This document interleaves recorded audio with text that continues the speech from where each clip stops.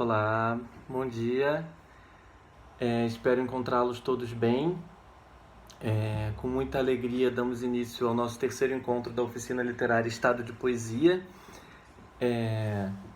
Como eu falei junto com a Lara lá no grupo, a gente vai continuar com a nossa proposta de toda semana trazer novos poemas, enfim, de autores da língua portuguesa importantes e fazer organizados tematicamente, né? Ainda no módulo 1 da ideia de casa, mas trazendo dentro de cada encontro um tema diferente, dentro da ideia geral de casa, e a partir disso fazer uma provocação para vocês criarem livremente seus poemas e nos mostrarem, porque nós adoramos ler os seus poemas, são poemas excelentes, de fato muito bons. Mas a gente, além disso, vai propor algumas atividades, alguns exercícios para desenvolver, enfim, produzir alguns trabalhos mais técnicos que, enfim, vocês não têm a menor obrigação de fazer, não é nada super rigoroso, mas que pode ajudar vocês, enfim, no sentido de pensar a oficina como esse lugar mesmo de experimentação, para a qual o resultado dos poemas prontos é muito importante, muito bonito, a gente ama, mas que o processo também é importante. Então, pensar nesse fazer do poema de modo processual. Então, a gente vai propor alguns exercícios lá no grupo, mas eu vou continuar com os vídeos fazendo provocações mais gerais. E no vídeo de hoje a gente vai falar de 2 poemas. Na verdade, a Lara vai ler 2 poemas, eu vou me deter sobre um deles, senão o vídeo vai ficar gigantesco.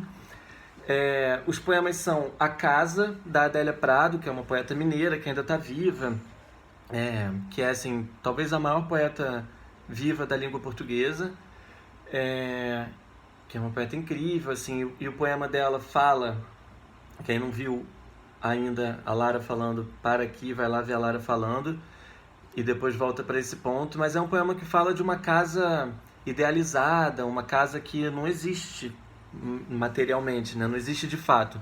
É uma casa para onde a poeta se exila, ela usa a palavra exílio, quando ela, enfim, manifesta um desejo de encontrar, do corpo encontrar outro corpo. Então é uma casa que ela cria, uma casa ideal que ela cria nesse sentido para se imaginar com o amor, enfim, um encontro amoroso, eventualmente sexual. Então ela trabalha muito essa casa imaginária, uma casa, uma ideia de casa, né? Ela diz que é uma casa, inclusive, que não fica em bairro, uma casa infensa à demolição. Então tudo isso retira uma certa materialidade da casa e leva a casa para esse outro patamar, né, simbólico. E o poema do Antônio Cícero, que é o que a gente vai falar um pouco mais detidamente, que se chama Declaração, trabalha de outra forma, trabalha mais a materialidade da casa, a gente vai entrar nele. Mas o Cícero, falando rapidamente sobre ele, é um poeta carioca, recentemente empossado na Academia Brasileira de Letras. Ele é irmão da cantora Marina Lima, tem várias músicas, né, da Marina cuja letra é do Cícero, né? E com outros artistas também, com outros compositores da música, Lulu Santos, uma galera. Ele tem muitas letras de música, né? Ele é um poeta, ele até recusa um pouco esse título de letrista, porque ele entende que a letra de música, como eu entendo também, é um poema, né? Enfim. E o Cícero tem uma formação como filósofo, ele é filósofo. E aí de modo que ele traz uma certa dicção filosófica e ele tem um rigor, tanto de forma quanto de relação forma-conteúdo, muito da filosofia, assim, que eu acho maravilhoso. Nesse poema, o título dele é Declaração, e aí, enfim, claro que se trata de uma declaração de amor, né? Mas ele vai, tipo, pensar ao longo do poema inteiro essa palavra declaração no sentido de tanto aquilo que é declarado pela língua, né, quanto aquilo que é levado à luz, que é tornado claro, que é de alguma forma esclarecido, que é desvelado, né? Todas essas palavras, sobretudo desvelamento, elas estão muito no campo semântico da filosofia, no sentido da verdade. A verdade é aquilo que você desvela, que estava oculto e você desvela, né? Existe a palavra grega para verdade que é aletheia, né, que tem a ver com a, que é o prefixo de negação, e letes, que é véu, né? Então é você desvelar.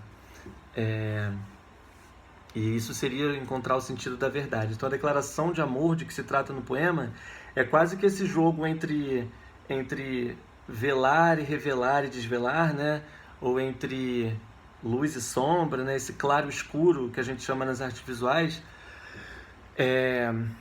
e que produz um efeito, assim, né? Ele vai trazendo palavras que estão nesse campo semântico de luz e sombra, e que é super interessante. Mas logo de cara tem uma outra observação, antes de pensar nas palavras do poema, olhando para a forma dele, a gente percebe que o poema é um soneto. Por mais que não pareça um soneto, porque ele não tem a forma de um soneto clássico, e me parece que ele não quer ter a forma de um soneto clássico, né? Que isso é proposital, ele tem a quantidade de versos de um soneto, né? Ele só não está dividido em 2 quartetos e 2 tercetos, como tradicionalmente, mas ele tem a mesma quantidade de versos. E cada verso tem 12 sílabas poéticas, né? Que é diferente da sílaba na norma culta da língua. Depois eu posso falar melhor sobre isso. Até esse processo de contar as sílabas poéticas de um poema chama-se escansão, é super interessante. Mas cada verso tem 12 sílabas poéticas. Então seria um soneto dodecassílabo, que é um soneto super tradicional. Ele suprime as rimas, quer dizer, não é um soneto que é todo rimado, embora com algum esforço a gente consiga encontrar algumas rimas vocálicas que compõem esse poema. Mas ele suprime a rima rigorosa, suprime essa divisão por estrofes, mas faz de um modo que dê para identificar que é um soneto. Então, já no campo da forma, ele parece produzir uma tensão entre o antigo e o moderno, entre o tradicional e o moderno, né? Quer dizer, entre o soneto, que é uma forma clássica, rigorosa, tradicional, ligada a um outro tempo, e o verso livre, a falta de rima, que são coisas super da modernidade. Então, né, assim, esse jogo de luz e sombra, com algum esforço, se a gente quiser, pode ser espraiado também para essa relação entre um tempo e outro tempo, isso tudo está na forma do poema, isso, a gente ainda não entrou no conteúdo. Bom, e aí ele vai falando, né, sobre quantas vezes ele já declarou o seu amor para a pessoa amada.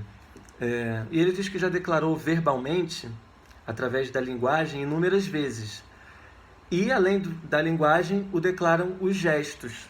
E aí ele vai falando sobre o gesto da língua, e aí a língua, o órgão língua mesmo, que está no meio de campo entre essa coisa gestual e essa manifestação. Porque ele fala assim que a língua brinca com o som do nome do Marcelo.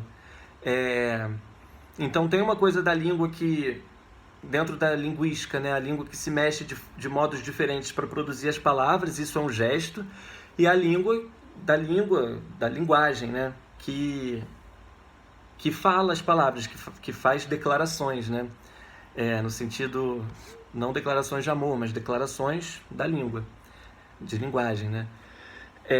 Então ele também vai fazendo essa brincadeira. E o próprio nome Marcelo, isso não está no poema, isso é uma informação que eu estou trazendo de fora do poema, porque ele tem um poema o Marcelo é marido dele há muitos anos e tal, ele tem outros poemas para o Marcelo, e um dos poemas fala uma coisa bonita que tem a ver com isso, que eles assim, dizem ser Marcelo, mar e céu, dizem ser vão ser e ser poeta, só sei que desde que me aconteceu esse horizonte azul assim, sem reta, quero ser não o poeta, ser o verso de Marcelo, ser a rima de Marcelo, ser esse elo entre ar, mar, céu, nome, ser, não ser, Marcelo. Poema lindíssimo, fabuloso, e que traz a ideia de que Marcelo é a junção de mar e céu. E para o nosso poema interessa porque a gente está pensando nessas tensões, antigo, moderno, corpo, linguagem, claro, escuro, e aí o mar, que tem a ver com essa coisa profunda, com um lugar que não é iluminado, né? O fundo do mar não é iluminado, e o céu, que é o aéreo, que é super iluminado, que é leve, enfim, o próprio nome Marcelo, né? Para pronunciá-lo, a língua precisa brincar dentro da boca. Esse próprio nome traz uma tensão entre essas duas esferas, assim. Bom, e também declaram os olhos do poeta, felizes quando o veem chegar feito um presente. Aí eu queria parar nesse verso. Porque o verso, né, feito um presente e de repente elucidar, esse verso, ele está no meio do poema. É como se ele dividisse o poema em dois. E já que a gente está falando dessa tensão entre duas coisas que têm características diferentes, claro, escuro, velado, desvelado, mar e céu, enfim, etc, etc, antigo, né, tradicional e moderno, o meio do poema é uma coisa importante, na medida em que divide, né, separa o poema em dois. E é no meio do poema que existe uma irrupção, algo que irrompe, que brota, que surge, que é a presença do Marcelo. Então, esse presente, ele tem a ver tanto porque é um presente para ele, né, tipo, ele foi presenteado nesse sentido, quanto porque é uma presença que instaura alguma coisa, uma presença que se descola, por exemplo, de um passado, né, e que está no meio de um futuro. Ele vai brincar com isso nos verbos um pouco mais para frente. E é essa presença do Marcelo que chega de repente, ou seja, sem temporalidade, que rompe com a temporalidade esperada e que elucida a casa inteira. E ele não escolhe o verbo iluminar, ele escolhe o verbo elucidar, que é um verbo que a gente usa para falar da linguagem, não para falar de amor, né? Então, assim, eu vou te elucidar aqui uma questão. Você não fala que uma presença elucida uma casa. Então é bonito ele deslocar esse verbo também, né? Como se isso que rompesse a temporalidade, isto é, a presença presente dessa pessoa amada, pudesse esclarecer, tornar claras as coisas da casa. Porque a casa, apesar de iluminada, ela permanecia opaca sem essa presença. Então essa presença surge no meio das temporalidades, para esclarecer aquilo que, apesar de claro, de iluminado pela luz, não estava iluminado do ponto de vista simbólico. E aí, enfim, aí ele continua, né? A casa que permaneceu opaca sem você. E aí ele vem apagando depois. E quando, tendo apagado todas as lâmpadas, aí ele vai apagando. Tudo que ele tinha acendido, ele vai apagando. Aí ele vai trazendo os verbos, né? Apagar. Nos consignamos aos traslados dos círculos do relógio do céu noturno, à noite também é coisa do apagado, ou aos rios de nuvens em que nos miramos e nos perderemos. Aí o jogo de temporalidades, ele usa um verbo no passado, pode ser no presente, né? Nos miramos também, mas ao que me parece, ao que tudo indica, é no passado. Nós nos miramos nele no passado e nos perderemos no futuro.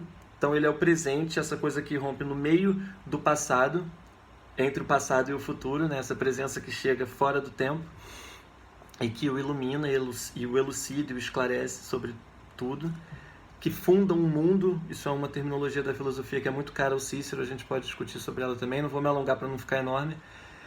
Aí ele termina com essa frase absolutamente fabulosa, que é: declaro-o no escuro. Mesmo quando ele vai apagando tudo, quer dizer, a casa já estava iluminada, mas a presença dele elucida tudo. Essa presença que surge fora do tempo, de repente, ilumina a casa inteira. E embora já estivesse iluminada, fica mais iluminada. E aí depois ele vai apagando tudo, a noite cai, ele vai pro terraço para ficar vendo as estrelas lá do céu, junto com a pessoa amada, e ainda assim ele declara o amor, no sentido de traz esse amor, desvela esse amor, tira esse amor do estado de latência para produzi-lo na língua, no escuro. E ele produz materialmente, pela sonoridade das palavras, a tensão entre claro e escuro, de que se trata no poema inteiro. Declaro-o no escuro. Se você falar rápido, é assim: declaro-o no escuro. Como se existisse no escuro o claro, claro no escuro. É essa sonoridade que fica para o nosso ouvido, claro no escuro. E claro no escuro, embora, se a gente for analisar a sintaxe da frase, é assim: declaro, eu declaro o meu amor no escuro, porque está de noite, nananã. Apesar disso, o que o ouvido escuta é claro no escuro. Então pode ser que a gente queira entender com esse poema que existe sempre no escuro uma claridade. E essa claridade qual é? A do amor. A da irrupção da presença da pessoa amada. Então eu acho esse um poema fabuloso, um poema que brinca com palavras de sentidos antagônicos, né? Que pega palavras que seriam entre as quais haveria um campo de tensão, e explora formalmente e semanticamente essa tensão. Isso é algo que os poetas fazem, assim, isso é algo que a boa poesia faz, e que a proposta do exercício vai ser nesse sentido, que eu vou passar lá no grupo. Mas tanto o poema da Adélia quanto do Cícero pensam a ideia da casa como o lugar do amor, o lugar onde os amantes se encontram, real ou simbolicamente. Então eu queria que, como provocação para a produção de texto, a gente pensasse nesse lugar, assim, a casa como o espaço do amor, inspirado no Dia dos Namorados que teve semana passada. Bom, então é isso. Para o vídeo não se alongar, a gente conversa mais lá no grupo. Eu vou propor alguns exercícios de construção poética lá no grupo. A Lara vai propor exercícios de vocalização, de performatização desses poemas em fala lá no grupo. E quem topar faz o exercício. Quem quiser só fazer um poema, entregar o poema já pronto, a partir dessa nossa provocação de pensar a casa como lugar do amor, também vai ser uma alegria para a gente ler. Então é isso. Uma boa semana para todos. Beijos e abraços. Até a próxima.